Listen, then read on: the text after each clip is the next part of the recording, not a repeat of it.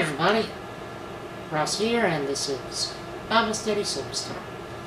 If this is your first time on this channel, click here to go back to the intro, or if you'd just like to see what's been happening recently, click here to go back to Genesis 25. And without further ado, I'm just going to jump right on in to Genesis 26, verse 1. There was a famine in the land, besides the first famine that was in the days of Abraham. And Isaac went to Abimelech, king of the Philistines, in Gerar. Then the Lord appeared to him and said, "Do not go down to Egypt. Live in the land of which I shall tell you. Dwell in this land, and I will be with you and bless you. For to you and your descendants I give all these lands. And I will perform the oath which I swore to Abraham your father. And I will make your descendants multiply as the stars of heaven. I will give to your descendants all these lands, and in your seed all the nations of the earth shall be blessed, because Abraham obeyed my voice and kept my charge, my commandments, my statutes, and my laws." So Isaac dwelt in Gerar. And the men of the place asked about his wife. And he said, "She is my sister." But he was afraid to say, "She is my wife," because he thought, "Lest the men of the place kill me for Rebekah, because she is beautiful to behold."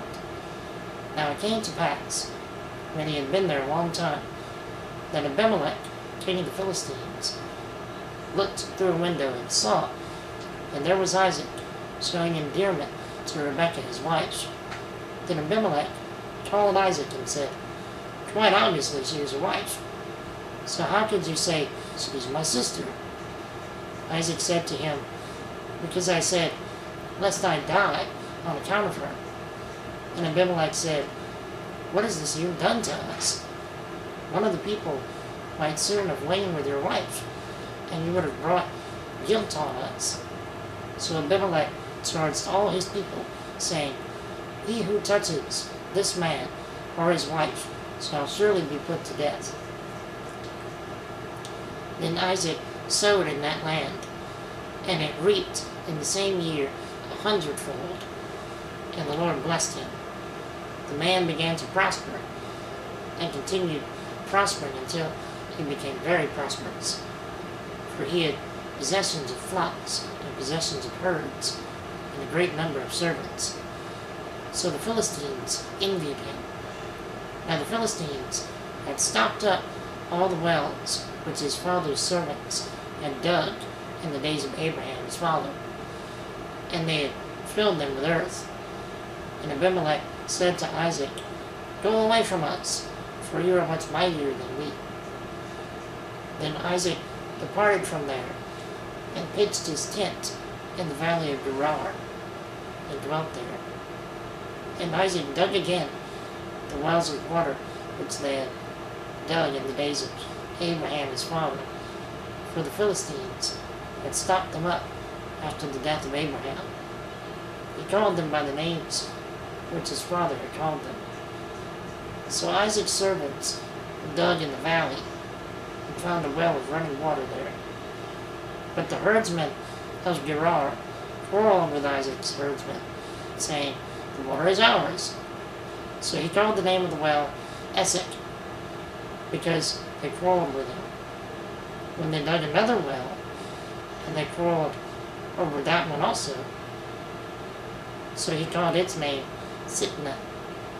And he moved from there and dug another well, and they did not quarrel over it.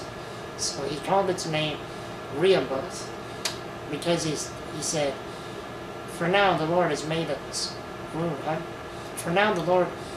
room for us, and we shall be fruitful in the land." Then he went up from there to Beersheba, and the Lord appeared to him the same night and said, "I am the God of your father Abraham. Do not fear, for I am with you. I will bless you and multiply your descendants for my servant Abraham's sake." So he built an altar there and called on the name of the Lord. and he pitched his tent there, and there Isaac's servants dug a well. And then Abimelech came to him from Gerar with Ahuzzath, one of his friends, and Phicol, the commander of his army. And Isaac said to them, "Why have you come to me, since you hate me and have sent me away from you?" But they said, "We have certainly seen that the Lord is with you." So we said, "Let there now be an oath between us, between you and us, and let us make a covenant with you, so that you will do us no harm, since we have not touched you, and since we have done nothing to you but good, and have sent you away in peace. You are now the blessed of the Lord." So he made them a feast, and they ate and drank. Then they arose early in the morning, and swore an oath with one another. And Isaac sent them away, and they departed from him in peace. It came to pass the same day that Isaac's servants came and told him about the well which they had dug, saying, "We have found water." So he called it Sheba. Therefore the name of the city is called Beersheba to this day. When Esau was 40 years old, he took his wives, Judith, the daughter of Beeri the Hittite, and Basemath, the daughter of Elon the Hittite. And they were a grief of mind to Isaac and Rebekah. Alright. When another famine came to the land, Isaac probably went to Abimelech because he had an oath with Abraham. Now, just to point out, some commentaries seem to agree that Abimelech is not actually the same person as the Abimelech that Abraham had dealings with, but the name Abimelech was a rank title instead of a proper name. So just keep that in mind. It really could go either way. But anyway, it's obvious that Abraham had told Isaac of how he had called Sarah his sister and tricked Abimelech into almost sinning, because Isaac tried the very same thing with Rebekah by calling her his sister. While it was not actually a lie for Abraham, because Sarah was his half-sister, it was a lie for Isaac, because Rebekah was his first cousin. Now, Abimelech, assuming that this is the same Abimelech from Abraham's day, and even if it wasn't, it was probably his son or grandson or something. But anyway, Abimelech had learned from his mistake with Abraham and Sarah, and probably did not take Rebekah purely out of caution. When he observed Isaac endearing Rebekah, he was quite understandably upset, but he had not put himself in a position to need to give Isaac riches this time. I honestly feel bad for Abimelech, being the son of the original, whoever it is. Abraham and his family always seem to be trying to trick him. Moving on. When Isaac was blessed with 100-fold harvest, among other things, he grew so great that he was stronger than Abimelech and his people, and was asked to leave. To put that in perspective, Abimelech was the king of the Philistines. Isaac was one man whom God had blessed to the point that he had more power and possibly more people than a king. That is amazing.